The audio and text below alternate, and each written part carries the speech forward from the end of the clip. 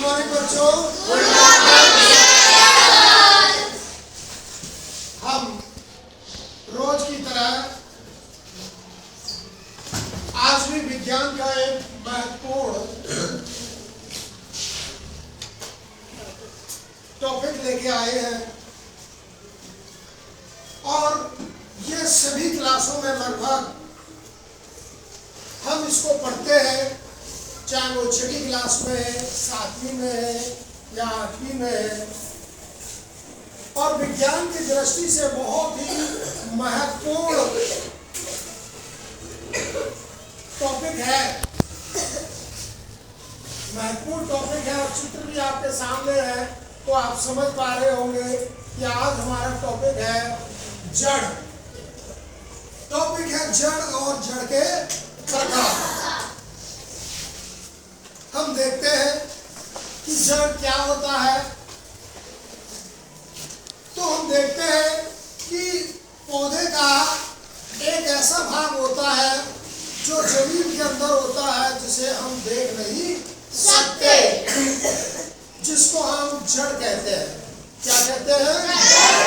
हम इस तरह से बोल सकते हैं, बता सकते हैं आपको कि पौधे का वह भाग जो जमीन के अंदर धंसा होता है, जिसे हम देख नहीं सकते, जड़ कहलाता है।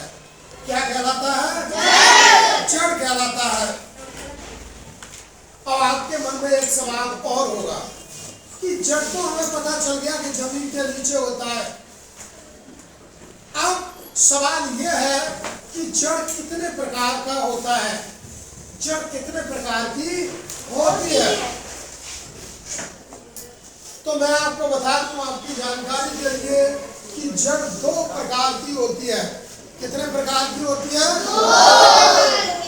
जैसा कि सामने लिखा है, एक प्रकार की जड़ मूसला जड़ होती है, जिसको टैप रूट कहते हैं। Tap root. सेकंड टाइप की, जिसको अपस्थानिक झकड़ा जड़ या रेशेदार जड़ें भी कहते हैं, और इंग्लिश में इसे फाइबर रूट कहते हैं। Fibre root. आपके सामने 2 चित्र दिए हैं, दोनों को मैं समझाने के लिए आपको बताता हूं कि कुछ पौधों में, सभी में नहीं, कुछ पौधों में ऐसी जड़ें होती है, जिनमें एक जड़ मुख्य होती है और उसी में से साइड से कुछ छोटी छोटी जड़ें निकलती है। जैसे ये आपके सामने चित्र, ये मुख्य जड़ है और इसमें से ये छोटी छोटी जड़ें निकली है, लेकिन जड़ कितनी है? एक ही है। उसको बोलते हैं मूसला जड़। और दूसरे टाइप की होती है जिनमें कोई जड़ मुख्य नहीं होती, कोई जड़ मुख्य नहीं होती। रेसे धागे धागे जैसी संरचना बनी होती है, या इनको बोलते हैं झगड़ा जड़। ये एक दूसरे से सटी रहती है, जुड़ी रहती है और चपटी रहती है, तो इसलिए इनको झगड़ा जड़ भी कहते हैं। चित्र से आप समझ पा रहे होंगे। अगर आपको कुछ और भी डाउट है तो मैं आपका डाउट क्लियर करता हूं। देखिए, मेरे पास ये 2 पौधे हैं और देख लीजिए, अब हम एक एक करके बात करते हैं। इस पौधे को ध्यान से देखिए और इसकी जड़ों को भी देखिए। इसमें ये जो जड़ है, ये मुख्य जड़ है। अब इससे ये छोटी छोटी जड़ें निकली है, तो जिसमें एक जड़ ही मुख्य जड़ होती है, उसे हम मूसला जड़ कहते हैं, टैप रूट। दूसरी तरफ दूसरा पौधा मेरी तरफ है, मेरे पास है, देखिए पौधा, और इसकी जड़ों को देखिए। इसमें कोई मुख्य जड़ है क्या? इसमें कोई मुख्य जड़ नहीं है। इसमें मुख्य जड़ नहीं है, तो इसमें बहुत सारी अलग अलग जड़ें एक दूसरे से सटी हुई रेशेदार या झगड़ा जड़ या अपस्थानिक नाम से भी जानी जाती है, जिनको हम अपस्थानिक जड़, झगड़ा जड़ या रेशेदार जड़ें भी कहते हैं। अब आपके मन में बच्चों एक सवाल आ रहा होगा कि जड़ के उपयोग क्या है। हमने पढ़ लिया जड़ किसे कहते हैं, जड़ कितने प्रकार की होती है, कौन कौन सी होती है। अब आपके मन में एक सवाल आ रहा होगा कि हम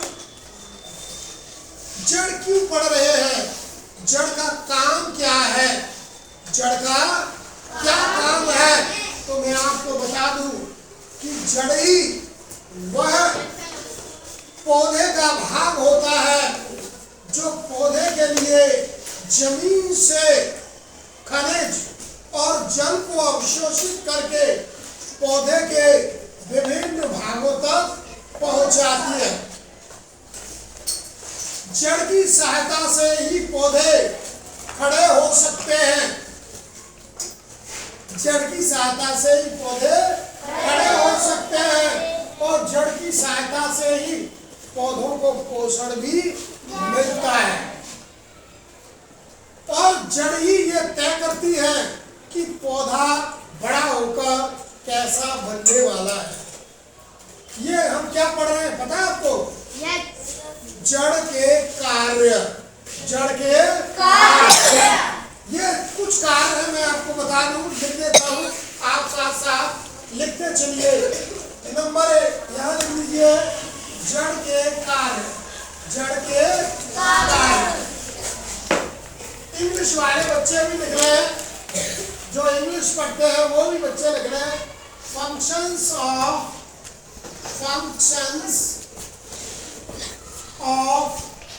रूट, फंक्शंस ऑफ रूट। तो जड़ के कार्य क्या कार्य है?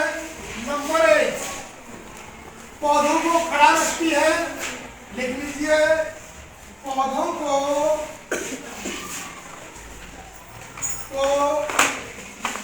खड़ा करने में मदद करती है, खड़ा करने में। नंबर दो क्या है भाई?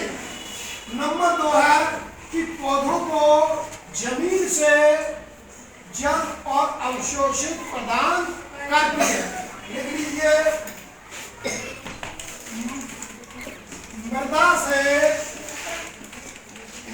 से जल एवं खनिज अवशोषित कर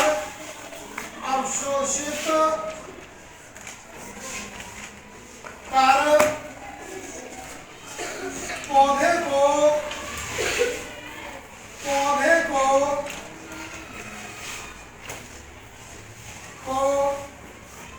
प्रदान करती है, प्रदान करती है।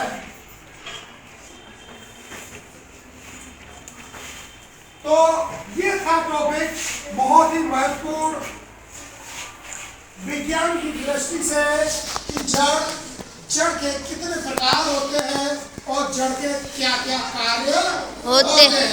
मुझे उम्मीद है आपको बहुत ही अच्छे तरीके से समझ आया होगा।